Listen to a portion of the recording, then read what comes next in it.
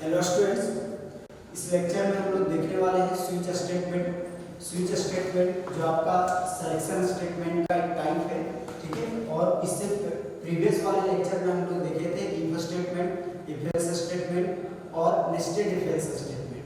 उसी का वो भी सिलेक्शन का ही टाइप है और इसमें भी हम लोग देखेंगे स्विच स्टेटमेंट जो उसी का टाइप है, ठीक है। Switch statement,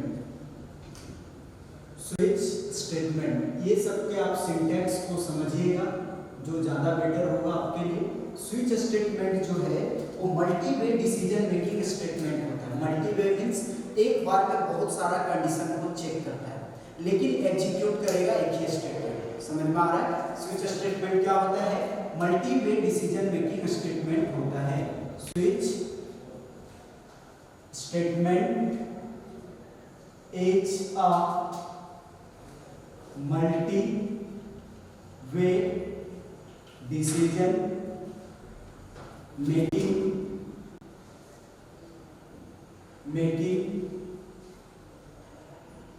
statements. मल्टी वे डिसीजन मेकिंग स्टेटमेंट होता है स्विच स्टेटमेंट। क्लियर है कॉन्सेप्ट? इसका मतलब क्या हुआ कि स्विच स्टेटमेंट एक बार में बहुत सारा कंडीशन को चेक करेगा। समझ में आ रहा है? लेकिन काम करेगा एक ही स्टेटमेंट एग्जीक्यूट करेगा, रन करेगा। तो यहाँ पे लिख देते हैं इट, मतलब स्विच स्टेटमेंट एग्जीक्यूट करवाता है, एग्जीक्यूट्स वन स्टेटमेंट। कितने स्टेटमेंट को एग्जीक्यूट करवाता है? एक स्टेटमेंट को एग्जीक्यूट करवाता है। कहां से? फ्रॉम मल्टीपल कंडीशन से, मतलब बहुत सारे कंडीशन से एक स्टेटमेंट को एग्जीक्यूट करवाएगा। समझ में आ रहा है? तो ये मल्टी वे डिसीजन मेकिंग स्टेटमेंट होता है। ये क्वेश्चन ऑब्जेक्टिव में आ सकता है। Switch statement is a, option में दिया रहेगा मल्टी वे, सिंगल वे, इस तरह का। तो हम लोग मल्टी वे डिसीजन मेकिंग स्टेटमेंट में चेक करेंगे, ये टिक करेंगे। समझ में आया? इसके सिंटैक्स को आप समझिएगा, देखोगे कि कंडीशन किस तरह से होता है मल्टी वे में। देखिए, आप स्विच पास कर रहे हो, स्विच, ठीक है, और यहाँ पर आपका एक्सप्रेशन होगा, जो भी आप एक्सप्रेशन डालोगे, कर्ली ब्रेसेस ऑन करना होगा। ये केस पे काम करता है, मींस इसका प्रत्येक केस जो होगा, बहुत सारे केसेस यूज करेंगे। जो केस मैच करेगा वही केस एग्जीक्यूट करेगा। देखो, ये हुआ आपका केस। जब भी केस लिखोगे स्मॉल लेटर में होना चाहिए, उसके बाद यहाँ स्पेस देना और वन लिखना है, साथ में नहीं लिखना है सटा हुआ, नहीं तो एरर आ जाएगा, ठीक है। केस क्योंकि आपका कीवर्ड है, केस लिखना है, स्पेस देना है और वन लिखना है। इसके अंदर में जो भी स्टेटमेंट आप लिखना चाहते हो लिख सकते हो। जब लिखा हुआ हो जाएगा तो इसको ब्रेक करना पड़ेगा, मतलब रोकना पड़ेगा एग्जीक्यूशन को। समझ में आ रहा है? इसी तरह से आपका केस 2 होगा, केस लिखना है और 2 लिखना है, स्पेस देना है, उसके बाद 2 लिखना है और कॉलन से रिप्रेजेंट करना है। केस का जो भी लेवल होगा वो कॉलन से रिप्रेजेंट किया जाएगा, ना कि सेमी कॉलन से। ये कॉलन ध्यान दीजिएगा, कॉलन, केस लिखना है, 1 लिखना है, उसके बाद कॉलन देना है। कॉलन अगर छूट जाएगा तो आपका प्रोग्राम एरर हो जाएगा। समझ में आ रहा है? तो केस लिखना है, स्पेस देना है, 2 लिखना और कॉलन देना है। समझ में आया? अब यहाँ पे स्टेटमेंट जो आप लिखना चाहते हो लिखिए और स्टेटमेंट को क्या कर देना है? ब्रेक कर देना है। इस तरह से आपके ऊपर डिपेंड करता है कि आप कितना केस लिखना चाहते हो। मीन्स केस एन तक लिखोगे और कॉलन दोगे। जो स्टेटमेंट लिखना लिखिए और स्टेटमेंट को क्या करवाना होगा? ब्रेक करवाना होगा। क्लियर है? एक और इसी में होगा डिफॉल्ट स्टेटमेंट। क्या होगा? Default statement. क्लियर है? डिफॉल्ट स्टेटमेंट में आपको जो लिखना है लिखिए और लास्ट में इस स्विच को क्या कर दीजिए? क्लोज कर दीजिए। देखिए, एक बार में ये बहुत सारा कंडीशंस को चेक कर रहा है। जैसे मान लो इस एक्सप्रेशन में आपने 2 रख दिया, तो ये केस 1 के साथ मैच करवाएगा, नहीं मैच किया तो इसको पूरा छोड़ देगा, ये रन नहीं करेगा क्योंकि मैच नहीं किया। अब केस 2 के साथ मैच करवाएगा तो 2 वैल्यू मैच कर गया तो ये वाला रन करेगा और स्टेटमेंट को ब्रेक करके बाहर कर देगा, स्टॉप कर देगा। तो ये जो नीचे लिखा हुआ रहेगा वो पार्ट आपका एग्जीक्यूट नहीं करेगा। तो इसी तरह से केस 3, केस 4 आप रन करवा सकते हो। तो देखो, तो यहाँ चेक किया, उसके बाद 2 के साथ चेक किया। अगर आप 4 डालते हो, 4 तो 1 के साथ पहले मैच करवाएगा, फिर 2 के साथ मैच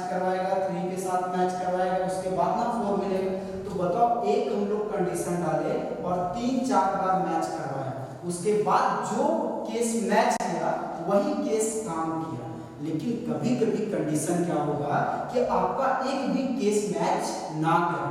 जैसे मान लो आपने 7 ही केस डाले हो, आपके ऊपर डिपेंड करता है, 2 केस भी रख सकते हो, 10 भी रख सकते हो, 20 भी रख सकते हो, 50 भी रख सकते हो, आपके ऊपर डिपेंड करता है। तो मान ले आपने 10 केस रखा और कोई यूजर आया वैल्यू रख दिया 11, तो बताओ एक भी केस मैच करेगा? नहीं करेगा। उस केस में क्या होगा? उस केस में क्या होगा कि ये जो इसका होगा एक भी केस मैच नहीं करेगा, वो बाय डिफॉल्ट वाला काम करेगा। मतलब अगर एक भी केस मैच नहीं करता है तब डिफॉल्ट वाला एग्जीक्यूशन होता है, तब आपके डिफॉल्ट के अंदर जो स्टेटमेंट लिखा हुआ रहेगा वो स्टेटमेंट काम करेगा। और केस मैच कर जाएगा तो ये वाला स्टेटमेंट काम नहीं करेगा। मतलब एक भी केस मैच नहीं किया तब डिफॉल्ट के अंदर वाले स्टेटमेंट एग्जीक्यूट करेगा, नहीं तो एग्जीक्यूशन उसका नहीं होगा। समझ में आया? और ये जो आप लिख रहे हो ब्रेक क्या करता है? टर्मिनेट करने के लिए यूज किया जाता है। आगे हम लोग ब्रेक का डेफिनेशन भी देखेंगे। देखो ये जो केस है ये आपका कीवर्ड है, कीवर्ड पढ़ाए हैं, मतलब प्री डिफाइंड वर्ड है, केस का स्पेलिंग गलत नहीं लिख सकते। ठीक है, ये जो आपका ब्रेक है ये भी आपका कीवर्ड है। क्या है? कीवर्ड है। और आपका डिफॉल्ट जो है ये भी आपका क्या है? कीवर्ड है। आ रहा है समझ में? ये सब कीवर्ड है। जब लिखोगे ना तो कंप्यूटर पे लिखोगे तो इसका कलर व्हाइट हो जाएगा। अगर कलर व्हाइट हुआ इसका मतलब ये कीवर्ड है। अब देखोगे इसमें किस तरह का क्वेश्चंस आते हैं, तो क्वेश्चन को समझिएगा। मान लो हम लोग एक क्वेश्चन लेते हैं, जैसे मान लो आपको संडे मंडे डिस्प्ले करवाना है, हम लोग 2 डाले तो मंडे डिस्प्ले हो जाना चाहिए। ठीक है, नंबर कोई भी इंटर करे तो उसका जो भी डेज होगा उसका वर्ड डिस्प्ले होना चाहिए। इस तरह से write a program in C++ to take a number, एक नंबर लेना है, टू टेक अ नंबर, ये program to take a number from user, कहां से लेना है? यूजर्स। क्लियर है? एंड डिस्प्ले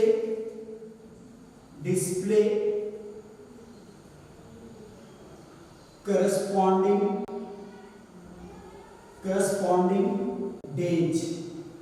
डेज लाइक, जैसे कि क्या क्या हो गया, जैसे मान लो आपने डाला 1 डाला तो मंडे डिस्प्ले, सॉरी संडे होना चाहिए डिस्प्ले। क्या होना चाहिए? संडे। क्लियर? अगर कोई स्टूडेंट 2 डालता है वैल्यू तो फिर मंडे होना चाहिए डिस्प्ले। समझ में आ रहा है? डॉट डॉट डॉट इस तरह से अगर कोई 7 डालता है तो क्या डिस्प्ले होना चाहिए? क्या होना चाहिए? सैटरडे डिस्प्ले होना चाहिए। तो ये है आपका क्वेश्चन। ठीक है, इस टाइप के क्वेश्चंस आ सकते हैं आपके एग्जाम में, तो इसको आप बनाओगे। पहले आपको क्या लेना होगा? इस तरह से hash include IO string dot h, ये आपने लिया greater than. Next hash include conio dot h। ठीक है, void मेन और फंक्शन दिए कर्ली ब्रेसेस ओपन, इसमें सेमीकोलन नहीं होगा। अब आप समझोगे, एक आपको स्टैंडर्ड बताते हैं, बहुत सारे टीचर्स जो हैं वो इस तरह का लिखते हैं CLR फंक्शन। ये बिल्कुल करेक्ट है, लेकिन क्या है कि ये स्टैंडर्ड को मेंटेन नहीं करता। सबसे पहले अगर आप स्टैंडर्ड मेंटेन करना चाहते हैं तो इसका बेस्ट फॉर्मेट क्या है प्रोग्राम लिखने का, कि आप क्लियर स्क्रीन से पहले वेरिएबल पहले बनाइए, उसके बाद क्लियर स्क्रीन लिखिए, तो उसको बोलते हैं स्मार्ट प्रोग्राम, मतलब वो एक अच्छा प्रोग्राम है। तो पहले हम लोग वेरिएबल डिक्लेयर करेंगे n, उसके बाद क्लियर स्क्रीन का यूज करेंगे। एक वेरिएबल बना, अब जो भी इंट n बनाए हैं उसमें हम लोग वैल्यू इंटर कर लेंगे इस तरह से, cout इंटर अ नंबर, एक नंबर क्या करना है? इंटर करना है। ठीक है, बिटवीन किसके बीच में? 1 से लेके 7 के बीच। समझ में आ रहा है? कहां से? 1 से लेके 7 तक। या फिर आप इसको नॉर्मल लिख सकते हो कि एक नंबर इंटर करना है नॉर्मली, डालो, ठीक है। ये नंबर इंटर हुआ, इंटर नंबर सेम, जो भी नंबर डाला जाएगा वो किस में चला जाएगा, n में चला जाएगा। अब n में वैल्यू आया तो आप यहाँ पे क्या यूज करोगे, स्विच स्टेटमेंट का यूज करोगे। स्विच और एक्सप्रेशन के जगह पे n पास करोगे। जब भी हम लोग स्विच स्टेटमेंट बनाएंगे तो सेमीकोलन यूज नहीं करेंगे, क्योंकि यहाँ पे कर्ली ब्रेसेस ऑन होता है। समझ में आया। अब इसमें आपको लिखना है केस 1, क्या लिखना है, केस 1 और कॉलन देना है, सी ऑट होगा। देखो तो अगर 1 डालता है, केस 1 डालता है, क्या प्रिंट होना चाहिए, संडे, तो बैक स्लैश n और क्या प्रिंट करवा दीजिए, संडे, सेमीकोलन, और स्टेटमेंट आपका क्या हो जाएगा, ब्रेक हो जाएगा। इसी तरह से हम लोग केस 2 डालेंगे, सेमीकोलन देंगे और क्या लिखेंगे, cout backslash n Monday, Monday semicolon और ब्रेक, स्टेटमेंट क्या कर जाएगा, ब्रेक कर जाएगा, ठीक है। और इसी तरह से यहाँ पे देखो, और हम लोग केस किसमें है, केस 2 में है, ठीक है। आप देखोगे, यहीं पे बना देते हैं, आप समझ लोगे, ये साइड में यहाँ पे जगह है तो इसमें बना देते हैं। देखो केस 2 तक हम लोग बनाए हैं, ठीक है। अब हम लोग देखेंगे केस 3, केस 3 समझिए। केस 3 में क्या, अगर आप केस 3 डालते हो तो क्या प्रिंट होना चाहिए, ट्यूसडे, TUESDAY, ट्यूसडे, ये प्रिंट होना चाहिए, और स्टेटमेंट आपका क्या कर जाएगा, ब्रेक कर जाएगा। अब आप डालोगे केस 4, सी ऑट बैक स्लैश n, उसके बाद क्या आता है, वेडनेसडे, वेडनेसडे, ठीक है। और स्टेटमेंट क्या कर जाएगा, ब्रेक, एज यूजुअल हम लोग लिखते जाएंगे जैसे लिख रहे हैं, ठीक है। और केस 5 क्लियर है, यहाँ पे क्या लिखेंगे, cout backslash n, Thursday, clear है, और स्टेटमेंट क्या हो जाएगा, ब्रेक। नेक्स्ट केस 6 और लिखेंगे क्या, सी ऑट बैक स्लैश n और फ्राइडे, फ्राइडे, स्टेटमेंट क्या कर जाएगा, ब्रेक। नेक्स्ट केस 7, सी ऑट और बैक स्लैश n, क्या हो जाएगा, सैटरडे, क्या हो जाएगा, सैटरडे, क्लियर है। और स्टेटमेंट आपका हो जाएगा ब्रेक, क्या हो जाएगा, ब्रेक। नेक्स्ट हम लोग लिखेंगे क्या, डिफॉल्ट, क्या लिखेंगे, डिफॉल्ट, डिफॉल्ट,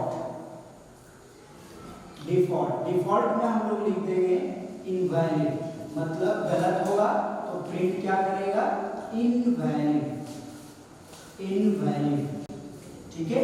और लास्ट में देखो तो स्विच ऑफ होगा ना, स्विच ऑन हुआ तो ऑफ होगा, और उसके बाद हम लोग गेट ch यूज करेंगे और फिर हम लोग क्लोज करेंगे इसको। अब आप इसके एग्जीक्यूशन फ्लो को समझिएगा।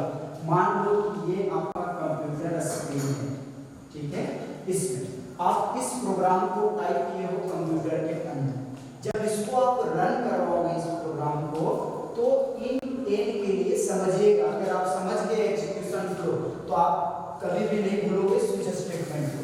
इंट n है तो कंपाइलर क्या करेगा, इंट n के लिए पहले मेमोरी बनाएगा कितने बाइट्स का, 2 बाइट्स का, और इसमें वैल्यू कुछ भी नहीं रखेगा क्योंकि ये इंपॉर्टेंट है, समझ में आ रहा है। उसके बाद स्क्रीन क्लियर, उसके बाद स्क्रीन क्लियर होगा और ये क्लियर कर देगा। अब यहाँ पे थोड़ा सा समझो, बहुत सारे स्टूडेंट कंफ्यूज कर रहे हैं, क्लियर स्क्रीन ऊपर लिखा रहता था सर नीचे लिख दिए, इसको आप चेंज कर सकते हो, ठीक है। बस आपको एक बताया स्टैंडर्ड मेंटेन करना है, मींस अगर आप स्मार्ट प्रोग्रामर, अच्छा प्रोग्रामर बनना चाहते हो तो पहले हम लोग वेरिएबल डिक्लेयर करें, उसके बाद क्लियर स्क्रीन यूज करें, समझ में आया। उसके बाद ये स्क्रीन को क्या करेगा, क्लियर कर देगा। क्लियर करने के बाद सी ऑट है, ये मैसेज आपको पता ना, सी ऑट में जो लिखा हुआ रहता है वो कंप्यूटर स्क्रीन पे प्रिंट करता है, तो क्या प्रिंट करेगा, इंटर का नंबर, एक नंबर आप डालिए, तो आपने 4 डाला, क्या डाला, 4 डाला, 4 जब इंटर किए तो ये 4 किसमें चला जाएगा, n वाले में, कितना आ गया, 4, क्योंकि सीन में n लिखा हुआ है तो n वाला में ही वैल्यू जाएगा। अब उसके बाद ये काम तो हो चुका है, स्विच में आएगा, n की जगह कितना पुट कर देगा 4, समझ में आ रहा है। अब ये 4 को 1 के साथ मैच करवाएगा, देखो तो 4 और 1 बराबर है नहीं, तो ये पार्ट क्या कर जाएगा, स्किप कर जाएगा, मतलब ये एग्जीक्यूट नहीं करेगा, इसको छोड़ देगा। फिर केस 2 के साथ मैच करवाएगा, ये भी मैच नहीं किया, इसको भी छोड़ दिया। फिर इसी को केस 3 के साथ मैच करवाएगा, ये भी मैच नहीं किया, छोड़ दिया। केस 4 के साथ मैच करवाएगा, मैच कर गया, मैच जैसे करेगा इसके अंदर आएगा। आपको पता है सीऑट में जो लिखा हुआ रहता है वो कंप्यूटर स्क्रीन पे प्रिंट करता है, तो बताओ सीऑट में क्या लिखा हुआ है, वेडनेसडे, तो आपके कंप्यूटर स्क्रीन पे प्रिंट कर देगा वेडनेसडे, समझ में आया। ये प्रिंट करेगा, ये प्रिंट करने के बाद देखो तो ब्रेक मिलेगा ना, जैसे ब्रेक मिलेगा यहाँ से सीधा एग्जीक्यूशन को बाहर निकाल देगा और गेट सीएच के पास ले आएगा। ये सब एक भी काम नहीं करेगा, क्योंकि ब्रेक काम करता है तो ब्रेक क्या करता है, पूरे स्टेटमेंट को स्टॉप कर देता है और उससे बाहर निकाल देता है, किससे, स्विच वाले ब्लॉक से, ठीक है। तो बाहर निकल गया, अब ये आ गया किसमें, गेट सीएच, गेट सीएच इसको कंप्यूटर स्क्रीन पे होल्ड कर देगा जो आउटपुट आया और ये बाहर निकाल देगा। अब बताओ कोई ऐसा इंसान है जिसको नहीं पता है कि 7 डेज को 1 वीक करते हैं, समझ में, अगर उसने 10 इंटर कर दिया तो ऐसे इंसान हो सकते हैं, ठीक है। अगर उसने अगर 10 इंटर कर दिया, यहाँ पे 10 डाल दिया तो n का वैल्यू कितना हो जाएगा, 10 हो जाएगा। और ये 10 जो है कोई भी केस के साथ मैच करेगा, किसी भी केस के साथ नहीं मैच करेगा तो वो किस में आ जाएगा, डिफॉल्ट में, और डिफॉल्ट में आएगा तो ये काम करेगा और क्या लिख देगा, इनवैलिड, मतलब जो आपका वैल्यू है वो क्या है, इनवैलिड है, समझ में आया, और वहां से बाहर निकल जाएगा, होल्ड कर देगा। आया समझ में स्विच स्टेटमेंट। एक और आप ध्यान दोगे, जो इसका सिंटैक्स बताए हैं उसमें आप फोकस ये करोगे कि स्विच जब आप यूज कर रहे हो तो एक्सप्रेशन दोगे, उसके बाद सेमीकोलन यूज नहीं करना है। और ये एक्सप्रेशन में आप दो ही डेटा टाइप यूज कर सकते हो, या तो इंट यूज कर सकते हो या तो आप कैर यूज कर सकते हो।